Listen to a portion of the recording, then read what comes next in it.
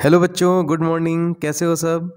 Last class तक हमने RBSC के तुम्हारे चैप्टर नंबर 1 के 1 to 15 MCQs कर लिए थे, मल्टीपल चॉइस क्वेश्चंस कर लिए थे। और आज से हम चैप्टर 1 इलेक्ट्रिक फील्ड विद्युत क्षेत्र के वेरी शॉर्ट क्वेश्चंस करेंगे। ठीक है, तो आज के लेक्चर में हम 10 वेरी शॉर्ट क्वेश्चंस करेंगे और अच्छी तरह एक्सप्लेन करूँगा। देखो, वेरी शॉर्ट क्वेश्चंस हमें लगते हैं बहुत इजी हैं, लेकिन जब एग्ज़ाम में आते हैं ना तो हमें कंफ्यूज कर देते हैं। तो कुछ ऐसे क्वेश्चन भी हैं जो कंफ्यूजिंग है और हैं बहुत ही इजी। तो देखिए, क्वेश्चन नंबर 1 देखिए। एक क्वांटम आवेश का मान लिखिए। Right the value of 1 quantum of charge. देखिए, क्वांटम ऑफ चार्ज होता है 1 इलेक्ट्रॉन पर चार्ज, क्योंकि 1 इलेक्ट्रॉन पर जो चार्ज की वैल्यू होती है वो मिनिमम अमाउंट ऑफ चार्ज होता है, उससे कम चार्ज पॉसिबल नहीं होता। जैसे 1.6 10⁻⁻19 कूलाम है, इससे कम आवेश संभव नहीं है। तो अगर हमें एक बॉडी से दूसरी बॉडी पर चार्ज को ट्रांसफ़र करना है तो कम से कम इतना चार्ज तो भेजना ही पड़ेगा। कहने का मतलब, एक वस्तु से दूसरी वस्तु में अगर हमें आवेश को स्थानांतरित करना है तो कम से कम इतना आवेश तो स्थानांतरित करना ही होगा। तो आवेश के न्यूनतम मान को हम बोलते हैं आवेश का quantum. Minimum amount of charge is known as quantum of charge. और क्वांटम ऑफ चार्ज होता है 1 इलेक्ट्रॉन के चार्ज के इक्वल, जो होता है 1.6 10⁻⁻19 कूलम। ठीक है, ओके। नेक्स्ट क्वेश्चन देखिए। r दूरी पर स्थित 2 प्रोटॉनों के मध्य स्थिर विद्युत बल F है। प्रोटॉनों को हटाकर इलेक्ट्रॉन रख दें तो अब विद्युत बल कितना होगा? The electrostatic force between 2 protons separated by a distance r is F. If the protons are replaced by the electron, then what the force is going to be? देखिए, 2 प्रोटॉन हैं, प्रोटॉन पे चार्ज कितना होता है? Plus ई। ठीक है, अब ये इस समय जो फोर्स लग रहा है वो कितना लगेगा? के Q1 Q2 होता है, Q1 भी E Q2 भी E, तो KE² अपॉन R²। ठीक है, ओके। अब कह रहा है प्रोटॉनों को हटाकर इलेक्ट्रॉन रख दो इलेक्ट्रॉन। तो इसका जो प्लस चार्ज हटाकर यहाँ पे रख दो वापस से माइनस, प्लस को हटाकर कर दो माइनस। समझ में आ गई? तो ये क्या बन गए? इलेक्ट्रॉन। तो वापस से वैल्यू पुट करो, के Q1 Q2, Q1 की जगह -E, Q2 की जगह -E, तो वापस से आंसर में यही आएगा। इसका मतलब फोर्स में कोई चेंज नहीं होता, जो पहले भी फोर्स F है और अभी भी फोर्स F ही रहेगा। तो हम यहाँ पर लिखेंगे the magnitude of charge on proton and electron is equal, magnitude equal है, thus the electrostatic force will not be changed when the electron substitute on place of proton. तो यहाँ पर हमने अगर मैग्नीट्यूड लेते तो मैग्नीट्यूड तो सेम ही है दोनों का। तो कह रहे हैं कि भाई इलेक्ट्रॉन और प्रोटॉन का मैग्नीट्यूड सेम है, इसलिए इलेक्ट्रॉन की जगह अगर प्रोटॉन लें या प्रोटॉन की जगह अगर इलेक्ट्रॉन लें तो कोई फोर्स में चेंज नहीं आएगा। हिंदी में क्या लिखेंगे? क्योंकि प्रोटॉन तथा इलेक्ट्रॉनों पर आवेश का परिमाण समान है, अतः स्थिर विद्युत बल में कोई परिवर्तन नहीं होगा यदि हम इलेक्ट्रॉन की जगह प्रोटॉन को प्रतिस्थापित कर दें या प्रोटॉन की जगह इलेक्ट्रॉन को प्रतिस्थापित कर दें। नेक्स्ट क्वेश्चन देखिए, क्वेश्चन नंबर 3। एक आवेश के द्वारा दूसरे आवेश पर लगने वाला विद्युत बल F है। एक अन्य आवेश की उपस्थिति में प्रथम आवेश के द्वारा दूसरे आवेश पर कितना विद्युत बल होगा? The force exerted by one charge on another is F. In presence of a third charge, what will be the force on second charge by the first charge? ये बात देखिए, एक चार्ज है Q, एक चार्ज है Q, इसको लेते हैं Q1 और ये Q2। इस समय दोनों के बीच में फोर्स F था। अगर एक थर्ड चार्ज भी आ जाता है तब भी इन दोनों के बीच में फोर्स कितना रहेगा? तो आंसर है F। भाई, Q1 और Q2 के बीच में फोर्स पहले भी F था, थर्ड चार्ज यहाँ आता है तो वो Q1 पे फोर्स लगाएगा, वो अलग लगाएगा। Q3 और Q2 के बीच में फोर्स लगेगा, वो भी लगेगा, लेकिन Q1 और Q2 के बीच में फोर्स पहले भी F था और अभी भी F लगेगा। तो तीसरे चार्ज के आने के कारण इन दोनों के बीच में जो फोर्स की वैल्यू बदलेगी नहीं। समझ में आई बात?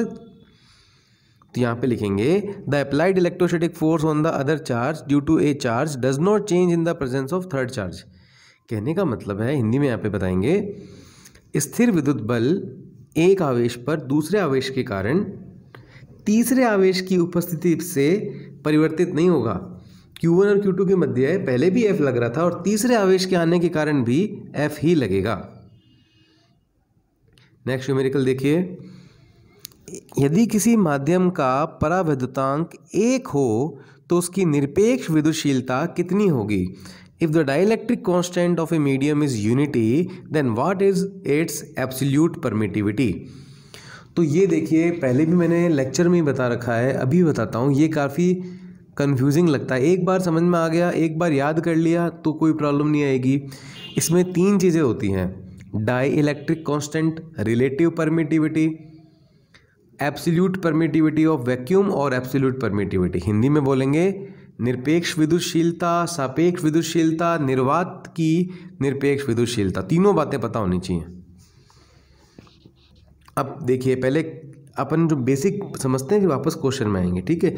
एक बार ये समझ लो, ये कह रहा है माध्यम का परावैद्युतांक कितना दिया हुआ है? 1। निरपेक्ष विद्युतशीलता क्या होगी? बेटा 3 चीज़ें होती हैं, एक होती है एप्सिलॉन, एक होती है एप्सिलॉन नॉट और एक होती है एप्सिलॉन आर। तीनों के नाम पता होने चाहिए। एप्सिलॉन का मतलब होता है निरपेक्ष विद्युतशीलता, एब्सोल्यूट परमिटिविटी। एप्सिलॉन नॉट का मतलब होता है परमिटिविटी ऑफ वैक्यूम, निर्वात की विद्युतशीलता है। तीनों ही विद्युतशीलता, ये निर्वात की विद्युतशीलता है, ये निरपेक्ष विद्युतशीलता है, ये एब्सोल्यूट परमिटिविटी है, ये परमिटिविटी ऑफ वैक्यूम है और ये रिलेटिव परमिटिविटी है। अब सुनो दूसरी बात, ये कांस्टेंट होता है, एप्सिलॉन नॉट कांस्टेंट होता है, इसकी वैल्यू होती है 8.854 10⁻⁻12। फिक्स होती है इसकी वैल्यू एप्सिलॉन नॉट की, चेंज नहीं होती है। और एप्सिलॉन नॉट की यूनिट होती है कूलम स्क्वायर अपॉन में न्यूटन मीटर स्क्वायर। याद रखना एप्सिलॉन नॉट की, एप्सिलॉन नॉट की वैल्यू कितनी हुई? 8.854 10⁻⁻12 और यूनिट हुई coulomb square upon newton metre square. और एप्सिलॉन आर क्या है? इसकी वैल्यू 1, 2 अलग अलग मीडियम के अकॉर्डिंग अलग अलग होती है, लेकिन इसकी कोई यूनिट नहीं होती है। अलग अलग मीडियम के अकॉर्डिंग इसकी वैल्यू अलग होती है। जैसे वाटर के लिए इसकी वैल्यू होती है 80, ठीक है, एयर के लिए होती है इसकी वैल्यू 1। ये यूनिट लेस होता है, कभी भी यूनिट नहीं दी हुई होती। तो आंसर कभी भी क्वेश्चन में आपको यूनिट नहीं दी हुई, 1 दिया हुआ है केवल 1, तो 1 और आगे कोई यूनिट बोली है क्या? नहीं बोली। तो हमें क्या लेना है? एप्सिलॉन आर लेना है, ठीक है। और एप्सिलॉन इसकी वैल्यू होती है, एप्सिलॉन की वैल्यू होती है epsilon naught multiply epsilon R, इसके बराबर होता है ये, ठीक है। अब आगे देखते हैं। तो फिर से यहाँ पे मैं बता देता हूँ, एप्सिलॉन नॉट क्या होता है, लिख लो अच्छी तरह से, electric permittivity of free space, Hindi में निर्वात की विद्युतशीलता। एप्सिलॉन का मतलब है परमिटिविटी ऑफ द मीडियम, माध्यम की विद्युतशीलता या निरपेक्ष विद्युतशीलता। इसको एब्सोल्यूट परमिटिविटी भी कहते हैं और परमिटिविटी ऑफ मीडियम भी कहते हैं। और एप्सिलॉन आर कितना दिया हुआ है? ये होता है रिलेटिव परमिटिविटी, इसको बोलते हैं सापेक्ष विद्युतशीलता। एप्सिलॉन आर को क्या बोलते हैं? सापेक्ष विद्युतशीलता या परावैद्युतांक, ठीक है। अब परमिटिविटी ऑफ मीडियम हमें दिया हुआ है 1। परमिटिविटी ऑफ मीडियम क्या दिया हुआ है? माध्यम की विद्युतशीलता 1 दी हुई है। इसका मतलब एप्सिलॉन आर कितना दिया हुआ है? हमें 1 दिया हुआ है। एक मिनट में थोड़ा इसमें बता देता हूँ। इसको बेटा एब्सोल्यूट परमिटिविटी कर दो, इसको काट के यहाँ पर एब्सोल्यूट परमिटिविटी कर दो, ठीक है। और रिलेटिव परमिटिविटी यहाँ पर लिख दो आप। और एक मिनट फिर से बताता हूँ, टेंशन मत लो।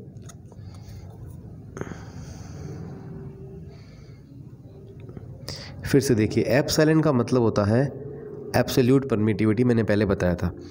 एप्सिलॉन आर का मतलब होता है रिलेटिव परमिटिविटी, डाइलेक्ट्रिक कांस्टेंट या permittivity of medium, permittivity of medium. तो क्वेश्चन में हमें परमिटिविटी ऑफ मीडियम दिया हुआ है, मतलब माध्यम की विद्युतशीलता। तो इसके 3 नाम हैं, सापेक्ष विद्युतशीलता, परावैद्युतांक और माध्यम की विद्युतशीलता। तो माध्यम की विद्युतशीलता मतलब एप्सिलॉन आर कितना दिया हुआ है हमें? 1। निकालना क्या है हमें, निरपेक्ष विद्युतशीलता। देखो क्वेश्चन में कह रहा है निरपेक्ष विद्युतशीलता, तो हमें क्या पूछा भाई, निरपेक्ष विद्युतशीलता क्या होती है, निरपेक्ष विद्युतशीलता एप्सिलॉन। फिर से तीनों में एक बार फिर से देखिए तीनों को, हाँ ये कौन निरपेक्ष विद्युतशीलता, ये कौन माध्यम की विद्युतशीलता, सापेक्ष परावैद्युतांक इसको भी बोलते हैं और परावैद्युतांक भी बोलते हैं, ठीक है, और सापेक्ष विद्युतशीलता भी बोलते हैं फिर से, और इसको क्या बोलते हैं, यह है निर्वात की विद्युतशीलता। तो इसमें तो कोई प्रॉब्लम ही नहीं है, निर्वात की विद्युतशीलता, इसमें कोई प्रॉब्लम नहीं है, निरपेक्ष विद्युतशीलता, इसको बोलते हैं सापेक्ष विद्युतशीलता, माध्यम की विद्युतशीलता और परावैद्युतांक। तो इसके तीन नाम है, इसका एक नाम, इसका एक नाम। इंग्लिश में बोलेंगे सबसे पहले इसको क्या बोलेंगे, एब्सोल्यूट परमिटिविटी, और इसको क्या बोलेंगे, परमिटिविटी ऑफ वैक्यूम।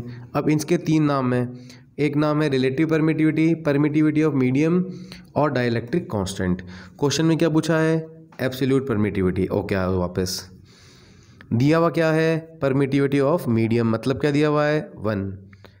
एप्सिलॉन की वैल्यू कितनी होती है, epsilon naught into epsilon R. Epsilon naught कितना 8.854 10⁻⁻12 और एप्सिलॉन आर की वैल्यू कितनी है 1।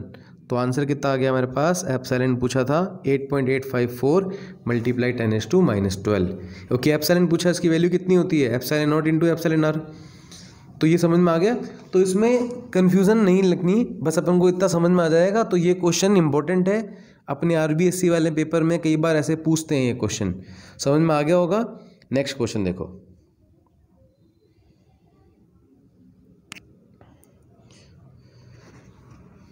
दो बिंदु आवेशों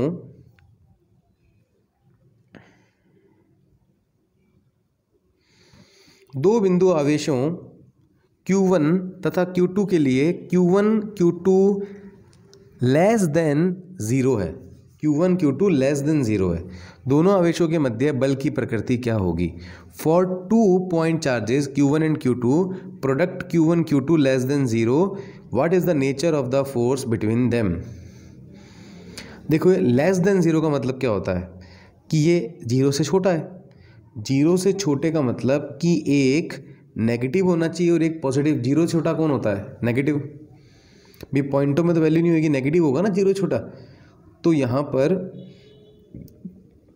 इसका मतलब अगर नेगेटिव है, दोनों का मल्टीप्लाई नेगेटिव है, तो दो चीज़ों का मल्टीप्लाई नेगेटिव कब होता है, जब एक चीज़ पॉजिटिव हो और एक चीज़ नेगेटिव हो। पॉजिटिव इंटू नेगेटिव का मल्टीप्लाई करो क्या आएगा, नेगेटिव।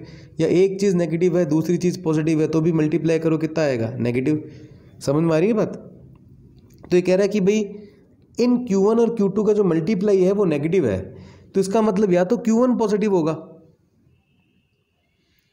या जिस समय Q1 पॉजिटिव होगा उस समय Q2 नेगेटिव होगा। इन दोनों का मल्टीप्लाई करो, पॉजिटिव इंटू नेगेटिव, आंसर क्या आएगा, नेगेटिव। या हो सकता है Q1 नेगेटिव हो और Q2 पॉजिटिव हो, दोनों का मल्टीप्लाई करो, आंसर कितना आएगा, नेगेटिव। तो कहने का मतलब दोनों चार्ज अपोजिटली चार्ज हैं, एक पॉजिटिव है तो दूसरा नेगेटिव है, तभी दोनों का मल्टीप्लाई क्या होगा, नेगेटिव। और दोनों अगर अपोजिट चार्ज होते हैं, एक पॉजिटिव एक नेगेटिव होता है, तो उनके बीच में फोर्स कैसा होता है, अट्रैक्टिव। तो समझ में आई बात। तो आंसर लिख देना, Q1 और Q2 के मध्य जो बल है वो कैसा है, आकर्षण बल, क्योंकि दोनों का गुणा कितनी हो रही है, नेगेटिव। इसका मतलब एक धनात्मक और एक ऋणात्मक है, इसका मतलब दोनों के मध्य जो बल है वो कैसा बल है, आकर्षण बल है। नेक्स्ट क्वेश्चन पे आते हैं। दो बिंदु आवेशों Q1 तथा Q2 के लिए Q1 Q2 ग्रेटर देन 0 है, तो सेम वही बात होगी, इस बार ग्रेटर देन 0 है। इसका मतलब या तो दोनों पॉजिटिव होंगे Q1 Q2, तो मल्टीप्लाई करो, पॉजिटिव इंटू पॉजिटिव भी क्या होता है, पॉजिटिव, ठीक है। या होंगे नेगेटिव, अगर मान लो Q1 भी नेगेटिव है और Q2 भी नेगेटिव है, तो भी नेगेटिव नेगेटिव का मल्टीप्लाई क्या होता है, पॉजिटिव। तो इस बार कह रहा है कि ये पॉजिटिव है दोनों, Q1 Q2 ग्रेटर देन 0 है, तो इस बार फोर्स का नेचर क्या होगा, अगर दोनों नेगेटिव होंगे तो भी Q1 Q2 ग्रेटर देन 0 हुआ, और दोनों पॉजिटिव हुए तब भी Q1 Q2 ग्रेटर देन 0 हुआ। तो दोनों केस में इधर भी नेगेटिव नेगेटिव, तो नेगेटिव नेगेटिव भी क्या करते हैं, रिपेल, और पॉजिटिव पॉजिटिव भी क्या करते हैं, रिपेल। तो इस बार आंसर आएगा रिपल्शन फोर्स। तो सेम यहाँ पे कर देना कि भाई Q1 अगर पॉजिटिव होगा तो Q2 भी पॉजिटिव होगा, और Q1 अगर नेगेटिव होगा तो Q2 भी नेगेटिव होगा। तो इस दोनों में नेगेटिव नेगेटिव और इन दोनों में ये पॉजिटिव पॉजिटिव। समझ में आई बात। तो आंसर भी क्या आएगा, positive positive, hence nature of Q1 and Q2 is, यहाँ पर अट्रैक्टिव को काट के क्या लिख देंगे हम, अट्रैक्टिव को काट के हम क्या लिख देंगे, रिपल्सिव। हिंदी में आकर्षण को हटा के क्या लिख देना, आकर्षण को हटा के कर देना प्रतिकर्षण। नेक्स्ट क्वेश्चन पे आते हैं। विद्युत क्षेत्र E में रखे Q आवेश पर कार्यरत बल कितना होता है। What is the force acting on A charge placed in electric field. तो ये बनाते हैं इलेक्ट्रिक फील्ड यहाँ से यहाँ तक वैल्यू कितनी है, E वेक्टर, यहाँ पर एक रखते हैं हम चार्ज, और इस चार्ज पर फोर्स कितना लगेगा, तो आंसर है F इक्वल्स टू QE। तो आंसर है F vector equals to QE vector, ये लिख दो आप आंसर। समझ में आई बात, F vector equals to QE vector, ये आंसर था, छोटा सा क्वेश्चन था। नेक्स्ट है, किसी आवेशित कण के द्रव्यमान और आवेश पर चाल का क्या प्रभाव पड़ता है। What is the effect of speed of A charge particle on it's charge and mass. समझो बात को, अगर कोई बॉडी है, ठीक है, इस पर चार्ज है Q और मास है M, और ये मोशन कर रही है, सुनते रहना, बॉडी है, चार्ज कितनी है Q, मास कितना M, और मोशन कर रही है V स्पीड से, उसकी चाल कितनी है V, और ये चाल इसकी प्रकाश की चाल के लगभग है, बराबर है। प्रकाश की चाल कितनी होती है, 3 × 10⁸, 3 × 10⁸ मीटर पर सेकेंड, ठीक है। तो इसकी स्पीड जो है बॉडी की, वो लाइट की स्पीड के इक्विवेलेंट है। तो क्या होगा, तो आइंस्टीन ने क्या कहा था, आइंस्टीन ने कहा था कि अगर कोई भी बॉडी लाइट की स्पीड के पास की स्पीड से चलती है तो उसके मास में इंक्रीमेंट होता है। मास क्या होता है उसका, इंक्रीज होता है। भाई फिर से सुनो, आइंस्टीन ने कहा था कि अगर कोई बॉडी लाइट की स्पीड से चलती है तो उसके मास में इंक्रीमेंट होता है। किस फॉर्मूले के हिसाब से, इस फॉर्मूले के हिसाब से, m equal to m0 root में 1 - v²/c²। जैसे मान लो उसकी स्पीड है c इक्वल टू तो 3 × 10⁸ है ही, और जो उसकी स्पीड है v वो हो गई c/2। तो एक बॉडी है वो लाइट की स्पीड से आधी स्पीड से चल रही है, तो v इक्वल टू कितना हो जाएगा, c/2। तो इस v की जगह आप c/2 करो, तो v² की जगह हो जाएगा बेटा c²/4। v की जगह c/2 तो स्क्वायर करो, c²/4, c² से c² कैंसिल, ये आ जाएगा 1 - 1/4 3/4। तो कहने का मतलब मास में इंक्रीमेंट होगा, वो आप कैलकुलेट करके देख लेना। तो जब भी कोई बॉडी जिस पर आवेश तो Q है, चार्ज Q है और मास M है, और वो लाइट की स्पीड के आसपास की स्पीड से चल रही है, तो उसका मास तो बढ़ता है, increase on increasing the speed, mass increase होता है, द्रव्यमान में वृद्धि होती है, परंतु आवेश में कोई भी परिवर्तन नहीं होता है। समझ में आई बात, फिर से देखो एक बार, अभी जो आपको मैंने समझाया था कि एक बॉडी है, इस पर चार्ज है Q और मास है M, v स्पीड से चल रही है, तो मास तो इसका बदलेगा। अगर ये लाइट की स्पीड से चल रही है तो मास तो इसका बढ़ेगा, लेकिन चार्ज पर कोई फर्क नहीं पड़ता है, चाहे ये चले चाहे रुके। जो चार्ज रुके हुए में था वही जो चार्ज मोशन कर रहे हैं तब भी वही है, और रुकी वही होगी तो भी वही है। तो मतलब चार्ज वेरी नहीं करता, लेकिन कौन वेरी करता है, मास वेरी करता है। ओके,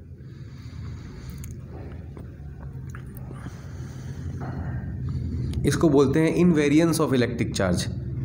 इलेक्ट्रिक चार्ज की प्रॉपर्टी भी है ये, इसको बोलते हैं इनवेरिएंस ऑफ इलेक्ट्रिक चार्ज, कि जब भी कोई बॉडी मोशन करती है उसका चार्ज तो वेरी नहीं हो रहा है, लेकिन उसका मास वेरी हो रहा है। चार्ज पहले भी 1 कूलम था, और जो वो लाइट की स्पीड से चल रही है तब भी 1 कूलम है, लेकिन मास पहले अगर मान लो 50 kg है तो वो हो जाएगा 55 kg। ठीक है, नेक्स्ट क्वेश्चन देखो, उस विद्युत क्षेत्र की तीव्रता का परिमाण कितना होगा जो एक इलेक्ट्रॉन के भार को संतुलित रखेगा। What is the magnitude of the intensity of electric field that can balance the weight of an electron. Okay, ध्यान से देखो, एक इलेक्ट्रॉन है, इसका नीचे की तरफ वेट कितना है mg, अब इलेक्ट्रिक फील्ड को भी ऊपर उतना ही फोर्स लगाना पड़ेगा कि ये इलेक्ट्रॉन नीचे गिरे ना, बैलेंस हो जाए। समझ में कि भाई एक इलेक्ट्रॉन को विद्युत क्षेत्र में रखा जाता है कि उसके भार को संतुलित रखने के लिए कितना विद्युत क्षेत्र लगाना पड़ेगा। तो भार कहाँ लगता है? नीचे। और विद्युत क्षेत्र कहाँ लगेगा? ऊपर, ऐसे।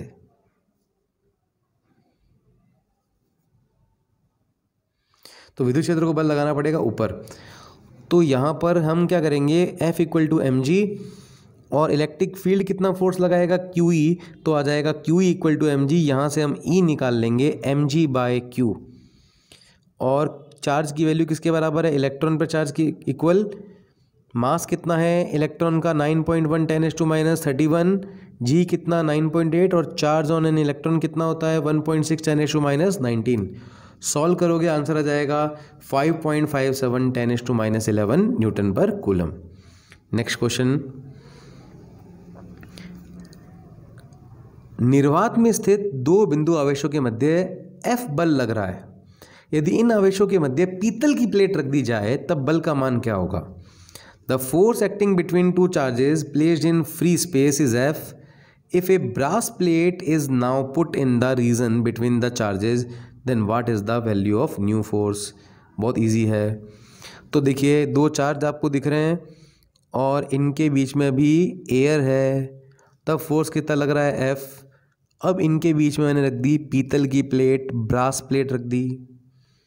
तो पीतल, तांबा, लोहा ये सब मेटल है, और इसके लिए मेटल के लिए याद रखो F∠R की वैल्यू कितनी होती है? इन्फिनिटी। और किसी माध्यम में विद्युत बल या किसी मीडियम में फोर्स का फॉर्मूला क्या होता है? F∠R। और मेटल के लिए एप्सिलॉन कितना होता है? इन्फिनिटी। तो यहाँ पे एप्सिलॉन की जगह रखो इन्फिनिटी। किसी के भी अपॉन में इन्फिनिटी आता है तो आंसर कितना आता है? 0। तो फोर्स कितना लगेगा? 0। अगर इन दोनों चार्जेस के बीच में सिल्वर की प्लेट रखी होती, किसी भी मेटल की प्लेट रखी होती, तो आंसर कितना आता? 0। तो बाकी जो क्वेश्चन है वो नेक्स्ट क्लास में करेंगे। आज के लिए केवल इतना ही, बाकी करेंगे नेक्स्ट क्लास में।